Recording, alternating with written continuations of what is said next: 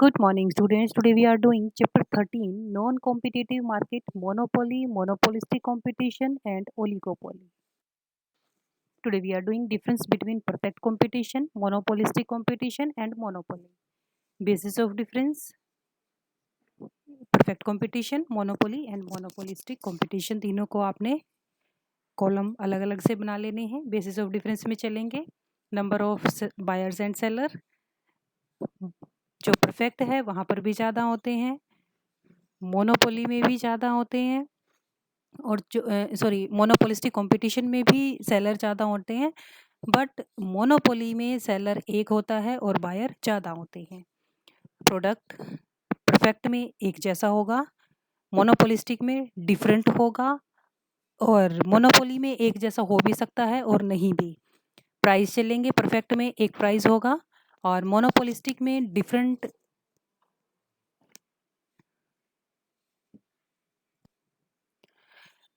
Price हो सकते हैं, और क्योंकि प्रोडक्ट डिफरेंशिएशन होता है.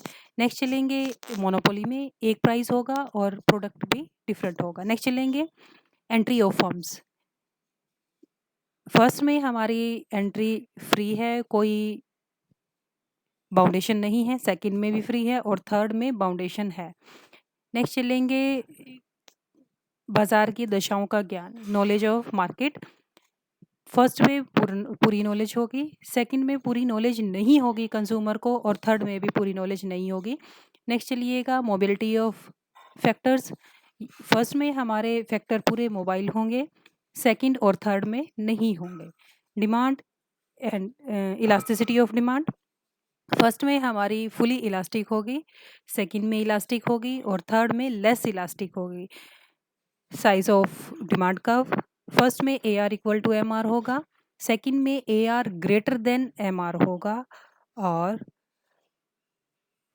आपकी इलास्टिक मोर इलास्टिक होंगी, और थर्ड में भी A R greater than M R होगा, बट जो हमारी इलास्टिसिटी है वो कम हो गई. नेक्स्ट चलेंगे सेलिंग कॉस्ट. फर्स्ट में कोई कॉस्ट नहीं होगी, सेकंड में बहुत ज़्यादा होती है और थर्ड में बिल्कुल कम होगी.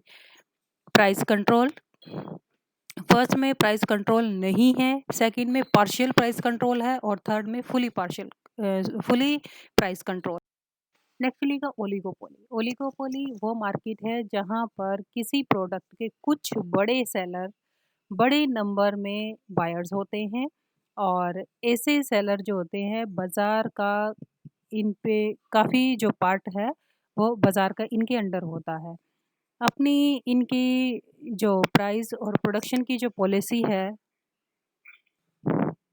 यहाँ पर जो प्रोडक्ट का प्राइस है और उनकी जो प्रोडक्शन पॉलिसी है सेलर्स की, उनके बीच में इंटरडिपेंडेंस होती है काफ़ी बड़ी क्वांटिटी में, क्योंकि जो सेलर हैं वो बहुत थोड़े होते हैं, और एक सेलर का जो प्राइस है प्रोडक्शन पॉलिसी डिसीजन और मार्केट में जो भी प्राइस पॉलिसी है उस पर काफ़ी इफ़ेक्ट डालता है. तो इस प्रकार जो ये मार्केट है यहाँ पर बहुत ज़्यादा कठोर और हम एक्सटेंसिव यहाँ पे कंपटीशन पाया जाता है. इसे गला काट प्रतियोगिता भी कहा जाता है. जैसे इंडियन मार्केट में ऑटो प्रोडक्ट जो क्या है कुछ गिने चुने हैं, जैसे हमारे मारुति हो गई, टाटा हो गई, फियाट हो गई, फोर्ड हो गई, तो ये सारे जाने पहचाने ब्रांड हैं. अब फीचर देखिए, अ फ्यू फर्म. यहाँ पर कुछ ही फर्म होती हैं, वो फर्म जो क्या है अपना प्रभुत्व जमाई हुई हैं बाजार पर. दूसरा है लार्ज नंबर ऑफ बायर्स होंगे, और थर्ड क्या है बैरियर्स. फर्मों पर कुछ बैरियर्स होंगे प्रवेश करने पर, उनकी एंट्री पर, और ये ऐसे ही बैरियर हैं लगभग जैसे आपने मोनोपोली में देखे हैं. नई फर्मों का प्रवेश यहाँ पर नामुमकिन नहीं है, बट थोड़ा सा डिफ़िकल्ट है.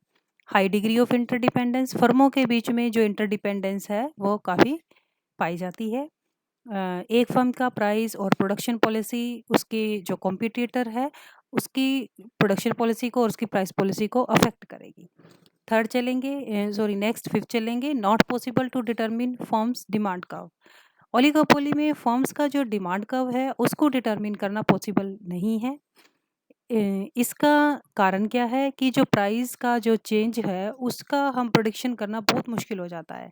जब कोई फर्म अपने प्राइस को चेंज करेगी तो वो उसकी डिमांड को बढ़ा नहीं सकती और ना ही जो हमारा कॉम्पिटिटर है उसके प्राइस को कम कर सकती है।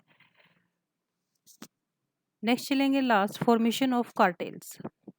कंपटीशन से बचने के लिए कुछ फर्म्स जो क्या करती हैं, कार्टेल्स को फॉर्म कर लेती हैं। कार्टेल्स क्या होता है कि वो अपनी एक ग्रुप बना लेंगी कि हम जो भी प्राइस है कि इससे कम प्राइस पर जो हम उस प्रोडक्ट को अपने को नहीं बेचेंगे। So this is all about this topic, so you have to revise it या नोटबुक्स। Thank you.